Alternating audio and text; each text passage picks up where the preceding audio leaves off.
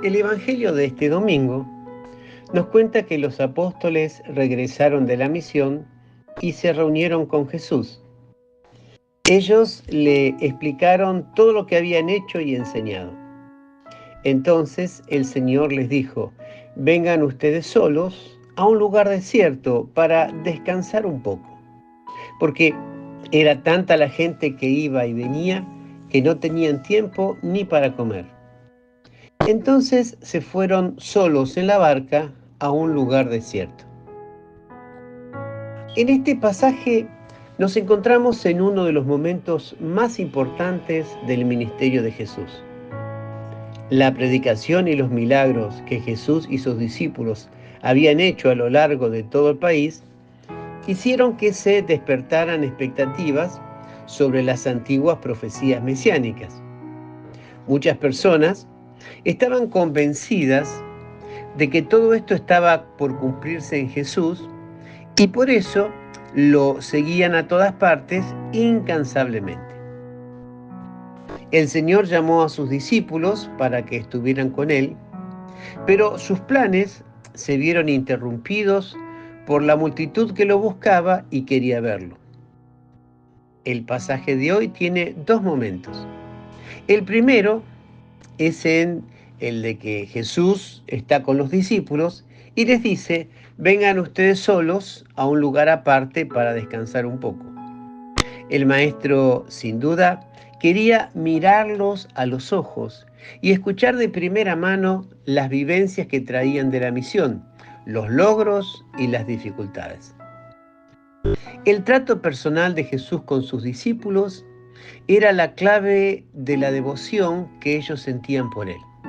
Jesús los atendía, los escuchaba, valoraba cada palabra y cada vivencia compartida.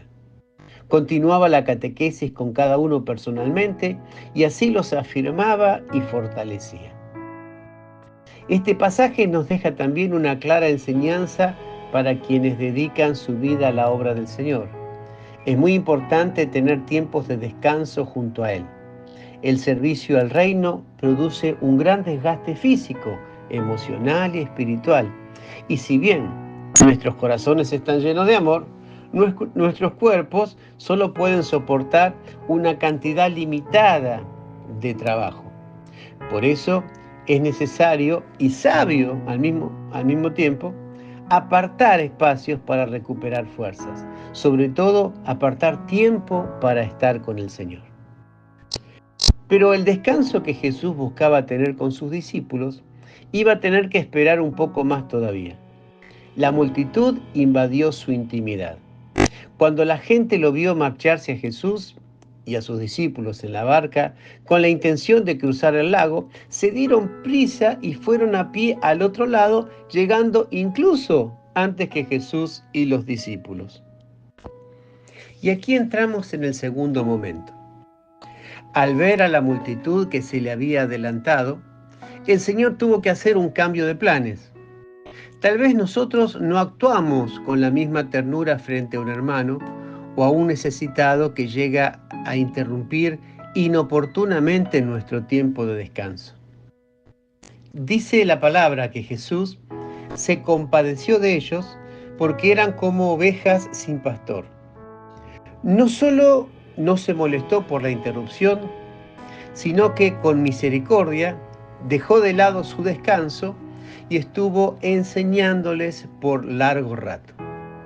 El corazón del Maestro es suficientemente grande para contener a todos, a los discípulos, a las multitudes y a todos nosotros. ¿Qué significa en el lenguaje bíblico ser una oveja sin pastor?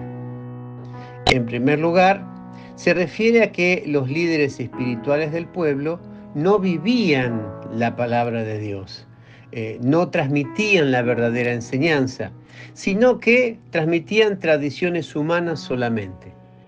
El Señor se refería a ellos como ciegos que guían a otros ciegos. Por otro lado, estaban sus líderes políticos que no estaban en mejor condición, seamos sinceros.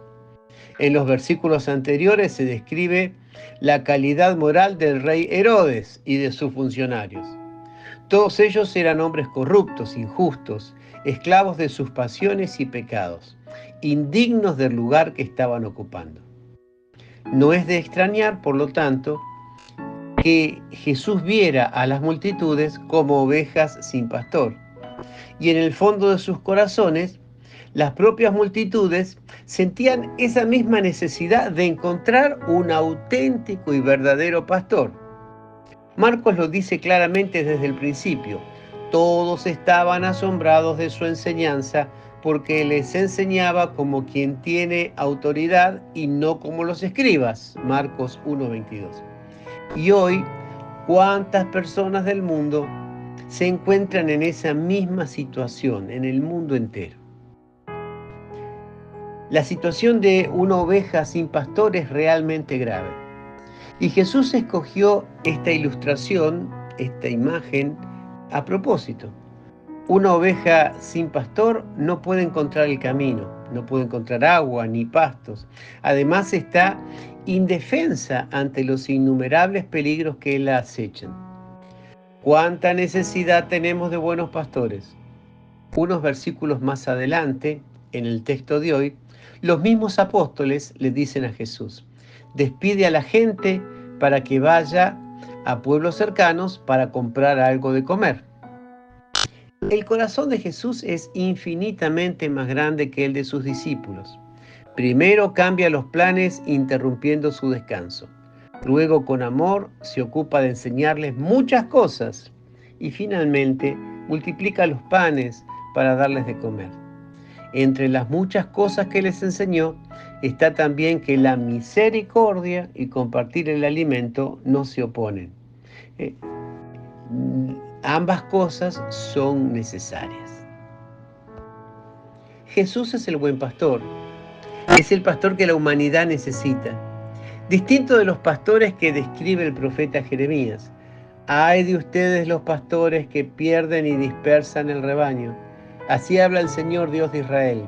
Ustedes han dispersado mis ovejas, las han expulsado y no se han ocupado de ellas. Frente a esta situación, el Señor se revela como el buen pastor. Yo mismo reuniré al resto de mis ovejas de todos los países donde las había expulsado, y las haré volver a sus praderas, donde serán fecundas y se multiplicarán. Y yo suscitaré pastores que las apacentarán y ya no tendrán miedo. Al final se hace referencia a la llegada del Rey Mesías y Pastor, cuando dice: llegarán los días en que suscitaré para David un germen justo. Él reinará como rey y será prudente, practicará la justicia y el derecho en el país. En sus días, Judá estará a salvo e Israel estará seguro. Y se lo llamará con este nombre: el Señor es nuestra justicia. El profeta denuncia que el sistema religioso de la época era injusto. Los dirigentes del pueblo se servían de la gente para tener una vida cómoda y sin cumplir su tarea de ser guardianes de la palabra en espera de la llegada del Mesías. Y cuando al fin se cumple el tiempo de la venida del Mesías, no solamente no lo reconocieron, sino como molestaba su sistema, molestaba su estilo, contradecía su estilo de vida, terminan matándolo. Solo el reino con su paz y su justicia será garantía para todos, especialmente para los más pobres. En aquel tiempo los extranjeros, los huérfanos, las viudas prácticamente no tenían derechos. Por eso dice el profeta: solo con la venida del reino Judá podrá estar a salvo e Israel podrá estar seguro. El Papa Francisco siempre nos habla del ejemplo del pastor con olor a oveja.